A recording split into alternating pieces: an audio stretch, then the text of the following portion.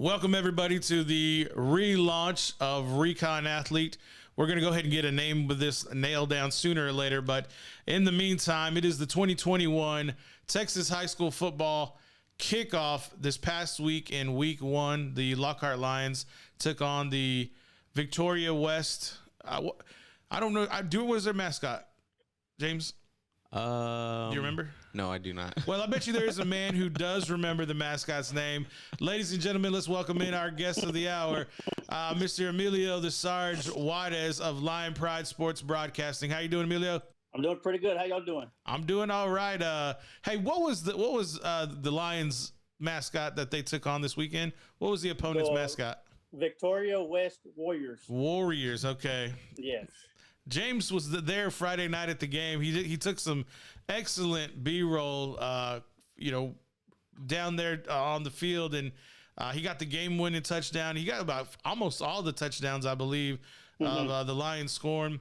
But from your observation in the booth this year with your team, Tom TD Dunn, as well as the coach Amado Galvez, led by yourself, and of course, I'm sure your wife Blanca was in there with you as well. What's the new team like? Well, I see you got some new nice equipment. The film looks a lot clearer this year. What's going on with Lion Pride Sports Broadcaster over on y'all side for the Lions? Oh, well, the big difference this year is, of course, last year we were on the visitor side, but now that we're in the press box this year and we're the sole broadcast crew for Lockhart Lion Sports, we were able to tap into the video feed from the film crew of the stadium to use for our broadcast, which, it was a big plus about that, because a lot of people, we like to take feedback from people, and a lot of people, fans, were like, how about replays and stuff like that. But, of course, last year we weren't able to do it. This year we're able to get replay because we're able to use the feed that's provided through us through the stadium. So that's a big plus for us. And, of course, we get to be inside, and we get to have our Recon Athlete pregame show where, of course, we had the camera in front of us where you can see the field in the background. And, right. A lot of things that we're able to do a lot better this year than we were able to do last year. And last year we had an awesome season. And this year it's just we started off, we hit the ground running pretty much.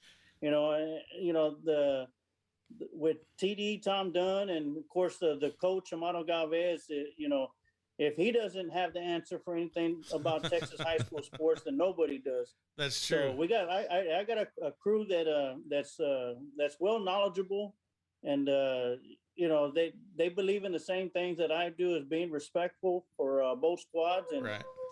Being able to sit there and call a game down the middle, as if we were neutral. Of course, we're Lockhart Lion fans through and through.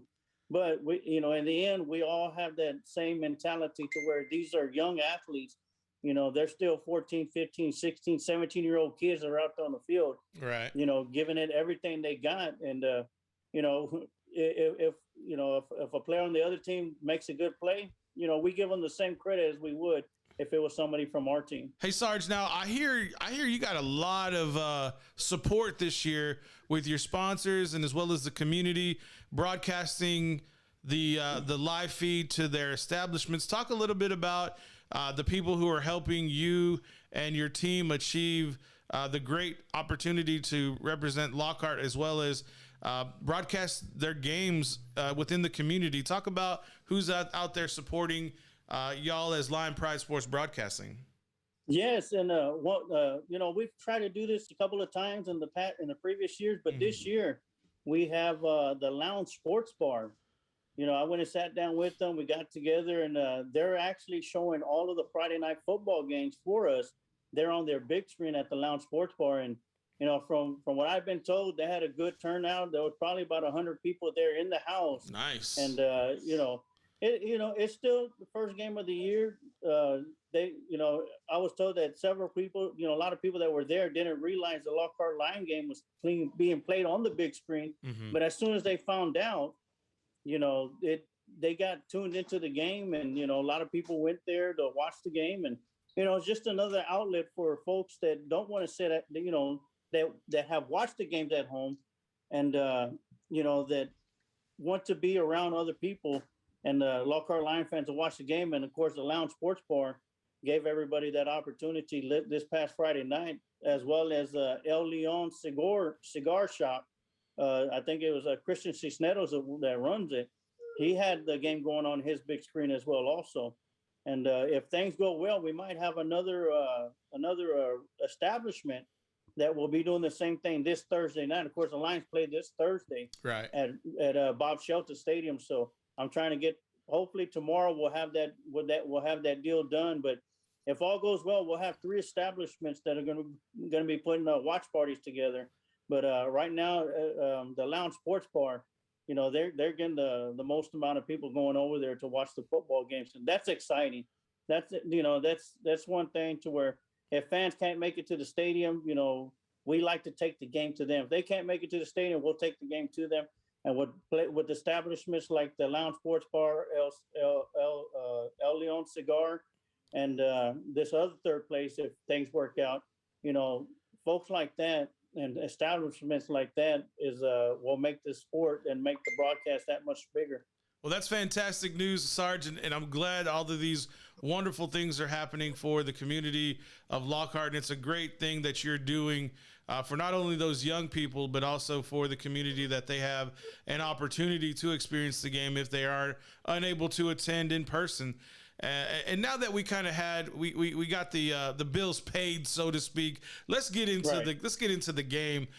The game ended up 33-29. Is that right? Is that the final with the Lockhart victory?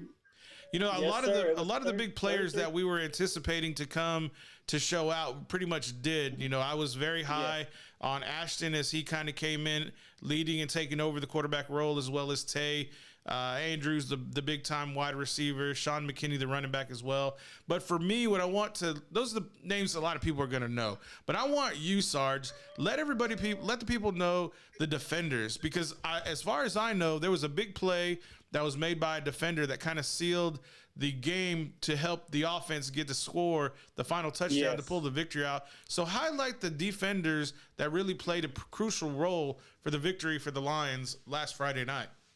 Yes, crucial players that played big time. I have to give it up to Hasel Batres.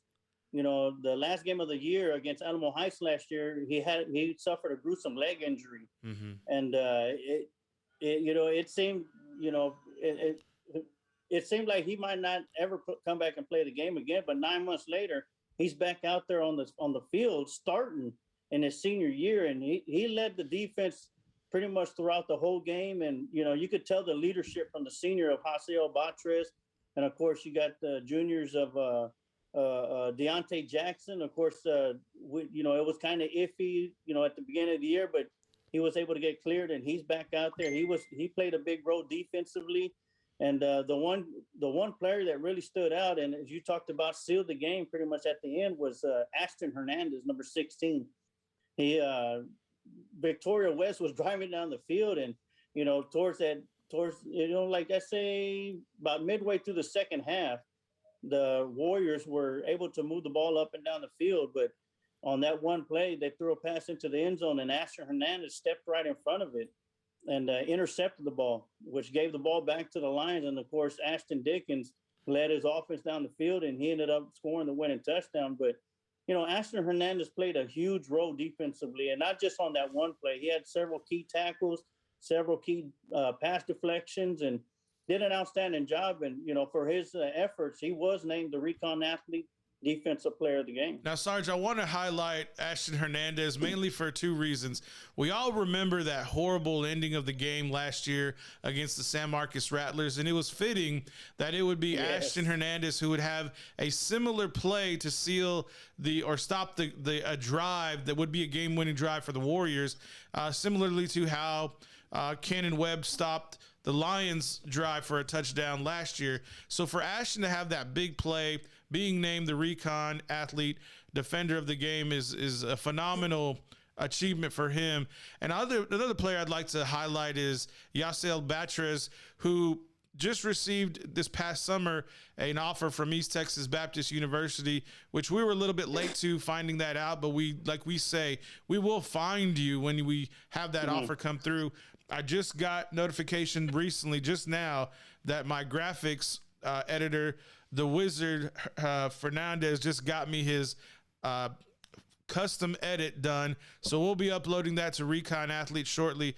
But I appreciate you kind of talking and identifying those defenders, because most times we talk about the offensive side of the ball, and those young people who are contributing on the defense need to be highlighted as well, because they're the ones who are kind of not letting the other team score more points so the Lions can get the victories. I got producer James in the studio. He was there sideline as our newest sideline reporter for Recon Athlete. I'd like for y'all to have a little bit of a dialogue because y'all were there. Y'all were the boots on the ground. So producer James, let's go ahead and I'll get you moved over and go ahead and see what you have to say to Sarge there. Yeah. What's going on, Sarge? James over here, producer for Recon Athlete. So this was my first event that I covered, sideline reporting, and I've heard. I didn't follow Lockhart, too much last year, but I heard about the season and the way it ended. But man, what a change did we have on Friday night, and it was fun to be there on the sidelines.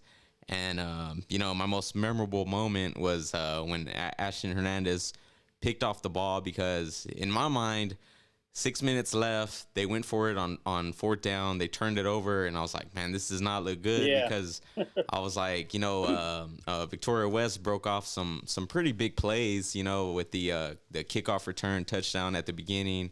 And then that was an impressive kickoff return there. Yes, for sure. And I was like, man, this doesn't look good going forward. But, so they drove down. And, in those situations when a team's knocking on the door right there, it's not a good look. But I was like, we need a turnover here. We need a fumble or we need an interception. And lo and behold, we got the interception, and they drove down the field, all the way to there was a pass interference call on Tay Andrews in the end zone, which got us right there to the goal line. And just seeing, it was almost like it reminded me a lot of Vince Young in the national championship in 2007 with Ashton Dickens, and he ran in. It was very Vince Young like, and it was great to be there. As soon as Hernandez caught the interception, they ran over there and they hit the gong, and the whole team celebrated. I love that addition that Coach Mavis brought in. For sure. And he was just just filled with enjoyment and satisfaction, and it's great to see these young guys having fun and playing football and everything working out for them, as being a graduate from Lockhart and living in Lockhart. It's really great to see. Yes. Yeah, it was amazing. We talked about it in the Recon Athlete pregame show about Ashton Dickens, only being a sophomore and getting a starting nod.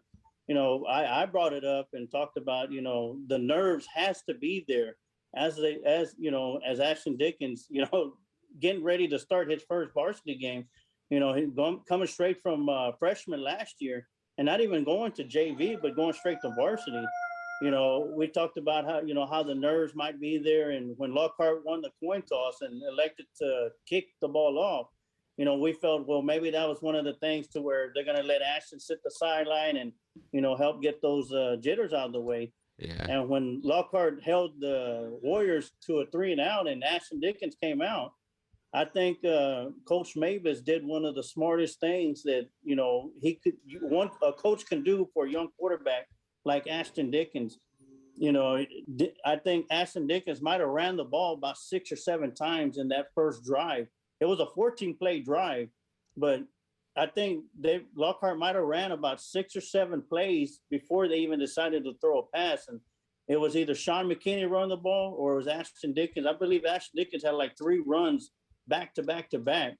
And I think what Coach Mavis did is like, you know what, let's get these jitters out of the way now, run the ball, get hit, feel how it is to be in a varsity football game. And I think that set the tone for the rest of the day, for the rest of the night for the Lockhart Lions. They were able to score. I believe it was a 21-yard touchdown pass from Dickens to McKinney. And, Ashton Dickens played like he wasn't a sophomore. He played like he had been there for 3 straight, maybe even 4 straight years as a varsity football player. Yeah. And it's just amazing. And, Coach Mavis and the coach Amado Galvez had talked earlier in the week. And Coach Mato Galvez asked him, he goes, hey, are y'all going to like sugarcoat the playbook? And Coach Mavis was like, nope. And he goes, we're throwing the whole book at him. He's just that mentally tough. And, his IQ when it comes to playing football is just off the charts. And Coach Mavis wasn't going to hold back on the playbook. And I don't know if you remember, there was a drive. I want to say it was in the third quarter when the ball was snapped and got past Ashton Dickens. He ran back, picked it up, and threw it out of bounds before he took the sack. I think they were within. I think it was on the 6-yard line. Yeah. When they had the ball, he ran around and threw it out of bounds for an incomplete pass, or else it would have been, third down and go from way back, like around the 30-yard line. You can't teach nothing like that. It's something that's inherited. And Ashton Dickens come from a long line of outstanding football, football family with his mother, and then his uncles have played football, his cousins have played football. So, I'm very anxious to see where Ashton Dickens is going to take this Lockhart Lion team, not just this year, but into the future. Yeah, for sure. So being there, sideline reporting for Recon and stuff, I sent some links to my buddies and stuff, and they were kind of amazed on, how evolved social media has taken recruiting and exposure to these athletes, to a whole nother level. Something along the lines of, man, I wish it was like that when I was going to school, because I only got so many offers or whatever. How do you feel about, the exposure that, people like Recon athlete, can bring to student athletes, out there these days? Know what? I love it because, a lot of players, and I've seen it from both sides of the field, from other squads as well, that they're able to go back and watch the video, the broadcast of the game. And, of course, they got technology with the phones. You could take a clip of a certain video that, somebody may have made, like, I think One Goes Fitness, which is one of our sponsors. They took a clip of Ashton Hernandez interception in the end zone, and it's clips like that these players can use to create a highlight film to where other scouts can go back and look on their Twitter account or their Facebook account and see that highlight, from themselves. And it's just amazing that what we're able to do, the UIL allowing us to do live streaming. And it's exciting to see that when I look on Facebook or on Twitter, these players are using the clip from our broadcast. And that makes me feel good because, I'm very grateful for all of our sponsors, because without our sponsors, we're not able to do what we do for the community, for the fans, but more importantly for the student athletes, not just from Lockhart Lions, but any opponent that Lockhart plays against. Sarge, we're going to start wrapping it up a little bit. I know you had talked about some stats that you had wanted to disclose. Let's go ahead and get into the big numbers, and I got a feeling who's going to be on top of that statistical report that you have there.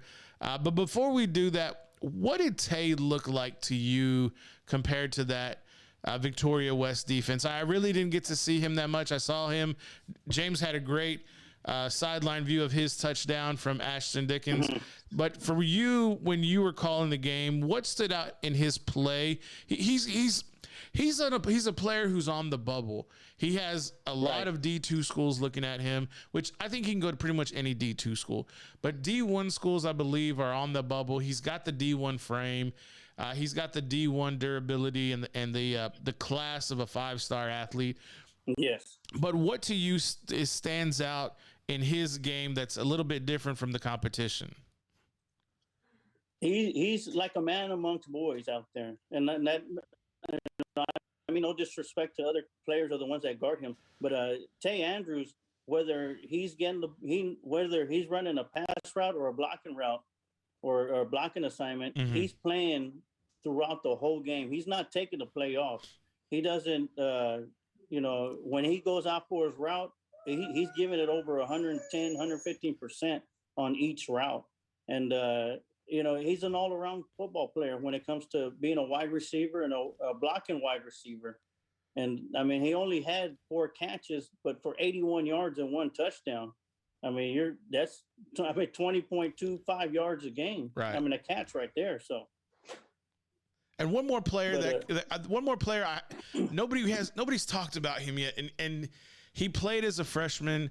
To me, he lines up against the number one receiver week in and week out on a 5'9" frame, and that's Quavon Reese. You didn't mention his name, and I have a feeling the reason you didn't mention his name was because he locked that side down to the field. Yes. And so talk did. a little bit about Reese and he's such a phenomenal athlete, and to have this much talent on a team spread over three classes. You have Ashton and Quavon as 24 kids, and then you have Sean McKinney, and then help me out with the other defensive back that's out there. Deontay Jackson. Thank you. As a 22, as a 23. And then you have like Ashton Hernandez. Then you have Yasiel Batres, who are 22 kids. I say kids, they're 17-year-olds. I don't mean, I'm not trying to disparage them, but I'm 20 years older than them, so I'm kind of going to call them kids. And so, but for them to have this much talent in three different classes, and I bet that 25 class is just as talented. We're seeing the fruits of Mavis's system coming to fruition now, and we're really seeing the future with the 24 kids, with Ashton and Quavon. So, talk a little bit more about Quavon Reese, number 4 DB, almost practically a lockdown corner at such a young age as well, with his aptitude mentally for this football IQ. Yes, definitely. And like you said, his number wasn't really called as much defensively because he was locking down his receiver all night long.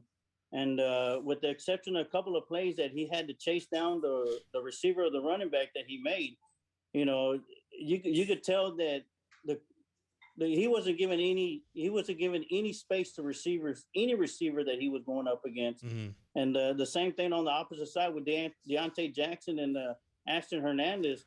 These guys, they work together, and it's like they practically don't have to say nothing to each other out there. It's like they know what they're doing when they see each other make a move or go here, go there.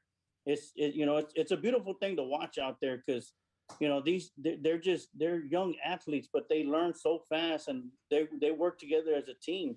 And Quavon Reese, they'll find some way to challenge him. But when they do, I think Quavon's going to make them pay for it. And when he does, it's going to be a bad day for the quarterback or the receiver that does. Yeah, and I know in spring ball, especially last year, and I'm pretty sure through the season when he was a freshman, he was going after Tay Andrews, which he's given up. I mean, he's got to be giving up 6 inches to Tay, and then Tay being so much older and more physically gifted as far as with his strength, having the 2-year age disparity. But for him to be wanting to take on that kind of challenge, to be that mentally tough, especially at corner, and to have the skill set, the ability, as well as the mental toughness to kind of play that position is a tremendous feature for him. I wanted to give him a little bit of shine because I think he's going to be a special defender.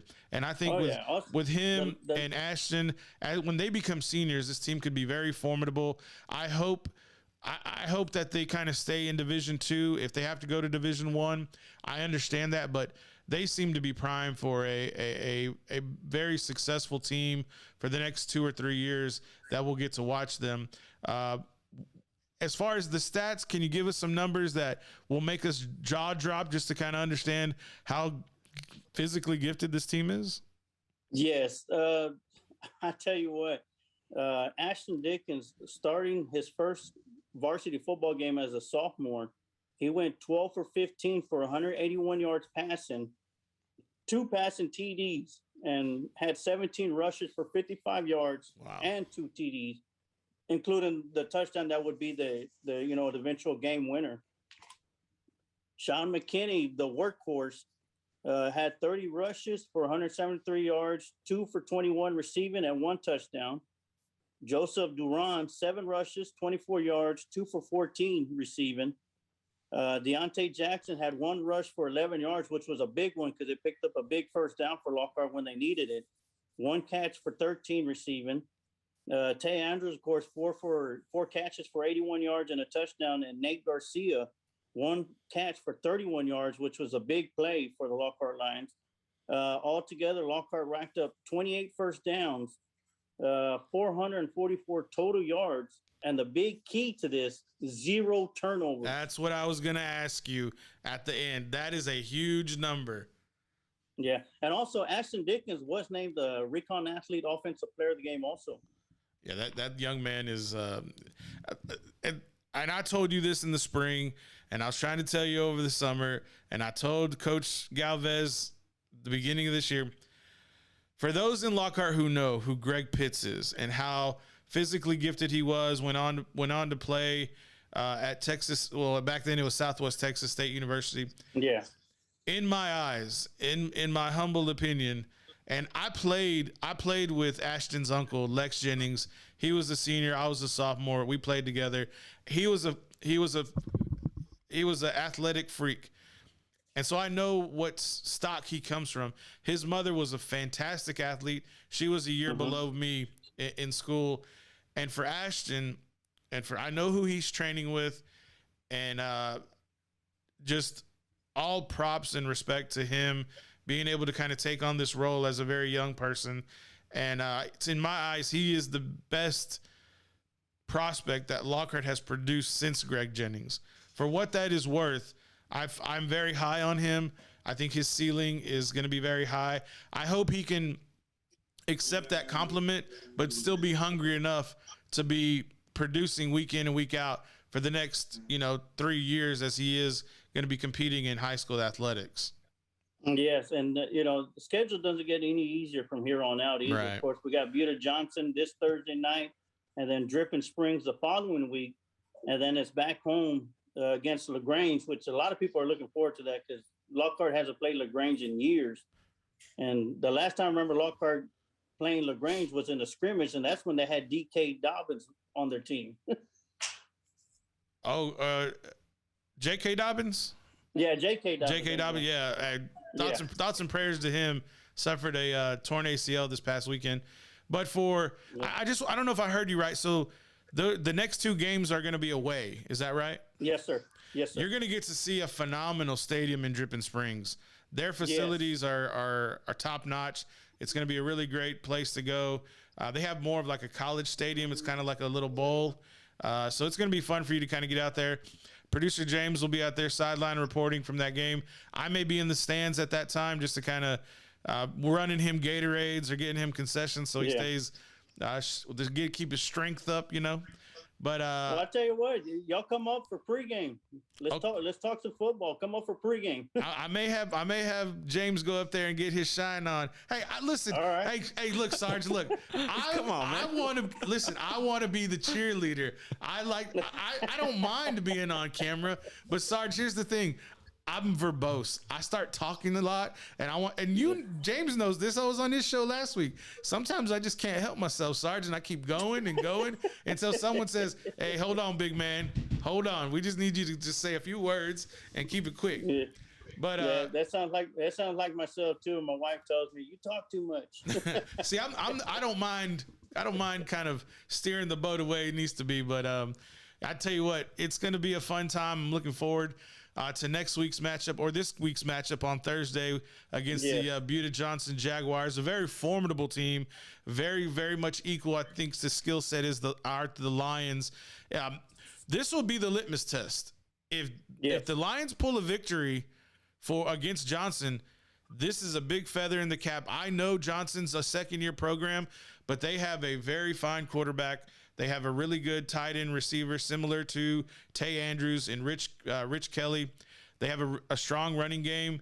Defense is very formidable as well. Last year, they snuck in. We were going blow for blow with them, and then they kind of walked away at the end of the third quarter into the fourth. But this year, I think things are different. I think Mavis has a better hold on what they're going to be coming to the field with, and we have players now. We're healthy. Yes, we do. I shouldn't say we. The Lions are healthy. See, my bias is coming out there a little bit. I need to remember what's on my logo here. We're representing all student athletes, not just one side of them. So I'll take responsibility for that. Okay, but I'll say we're healthy. there you go. We're healthy. We're strong. And you know what? And I believe this is the first year Buda Johnson has seniors playing on the varsity team. That's also. right. That's right. And for a long time, a lot of those kids were going to schools in Austin or going to Hayes. And now, Buda Johnson is transforming into the premier team in that in that area. So this will be a great test for the Lions. I'm hoping for a victory, and I know they have it in them to get that victory. But whatever comes in life, we don't lose, we just learn. And so I hope that those young people keep that in mind, whatever the outcome is come this Thursday night. Yes, definitely. And, it's going to be a great time. My first time being inside, second time being inside Bob Shelton Stadium, but first time in the broadcast booth up there. And I look forward. I'm very excited to see what this team is going to be able to accomplish this year under Coach Mavis. And, it was so exciting to see the excitement of everybody out in the stands. Of course, as soon as the clock hit 3 zeros, we went ahead and turned the crowd mic on, and I'm getting goosebumps just thinking about it right now. So it was amazing. The fans were in it throughout the whole game. The coaches were excited. The players were even more excited because a lot of them players were on last year's team that went 0-9, and even a couple of them that ended the year before with a loss in the playoffs, losing 10 straight. And then to start the season off with a big win against Victoria West, who went 3 rounds deep into the playoffs last year. Hey, Sarge, were y'all able to hear the student section up there in the booth? Oh, yeah, definitely. What were they saying? It was so rowdy, dude. It was so rowdy. It was amazing. The student the student support, it's unreal. You could tell the big difference from this year compared to last year. There's not, and then see that's the thing. That's the thing about winning. Winning cures everything. It doesn't matter what's going on. Winning will cure everything. Sarge, before we let you go, thank you so much for lending us your time. I know you're a busy man with everything going over there at Lion Pride Sports Broadcasting. Yes. Before we let you go, Sarge, what message do you want to leave the people or leave the community, or even the region or the whole state? We're global. This is a global channel just because we're on the internet. So what do you want to let the people know about the fight in Lockhart Lions? Well, that fight's never going to die. A lion in the jungle will fight to his very last breath, regardless of how many enemies they have around them. And the enemy could be whatever it is, a hyena or another lion or whatever the case may be. But the pride of a lion is something that, that's unmatched in any other animal out in the world. And it's just amazing to see the fight that these young lions have. And, we had over 6,700 viewers for this first game. Hold on. What did you say? So how many? Over 6,700 viewers for the first game. 6,700? Yeah, 6,700 viewers. So Sarge, you do some numbers. And the geographics, we had people from all over the world watching. I think the furthest one was overseas in Afghanistan. So what? So there's Lockhart Lion fans all over the place. And it's something that I always say, that I close out each and every single broadcast, and I have it on this cup right here. I don't know if you can see it. We can see it. It says you could take the lion out of Lockhart, but you can never take the heart out of Lockhart. And that's true for, once a lion, always a lion. It doesn't matter if you're still in Lockhart, if you take off to another city or you in the military and you're deployed, you could, like I said, you can take the lion out of Lockhart, but you can never take the heart out of Lockhart. And that's the way these young men played on this past Friday night, with a lot of heart. Man, what a saying, Sarge. Thank you so much for coming on tonight. We wish. One more thing. Yeah, go ahead, Sarge. Go ahead. My wife said that for you and James, she's gonna make some personalized Recon athlete cuts for y'all, like she made mine for Lions Pride Sports Broadcast. So here in the next week or so, we'll have a couple of cuts for y'all too. Thanking y'all for y'all support for Lions Pride Sports Broadcast and everything y'all do for Central Texas high school athletes that need that little extra push. And it's amazing what y'all do. And, God bless y'all for doing that, because one day, one of these guys are going to come back and say, hey, thank you for what you did. And it's amazing what y'all are doing. Hey, Sarge, if people want to buy those cups, they can order them from, how do they order them? They could go to the Lions Pride Sports Broadcast Facebook page and send us a message. And my wife will get with them, and they'll talk over the phone to figure out how they're going to want their mugs. Of course, I got this gold Lions and got this awesome lion right on the backside of it. And then I got this one. That was dope right there. I like that one. Yeah, we made for my son. And these are like fully customizable tumblers, and they can fully customized. Hey, y'all go get y'all a tumbler. What's this? This one she just barely finished making. I know it's A&M, but I know it's A&M. What does that mean, Sarge? Well, not too many A&M fans out there, so And then we made this one from my boy from the Fight Card podcast. Hey, look at that.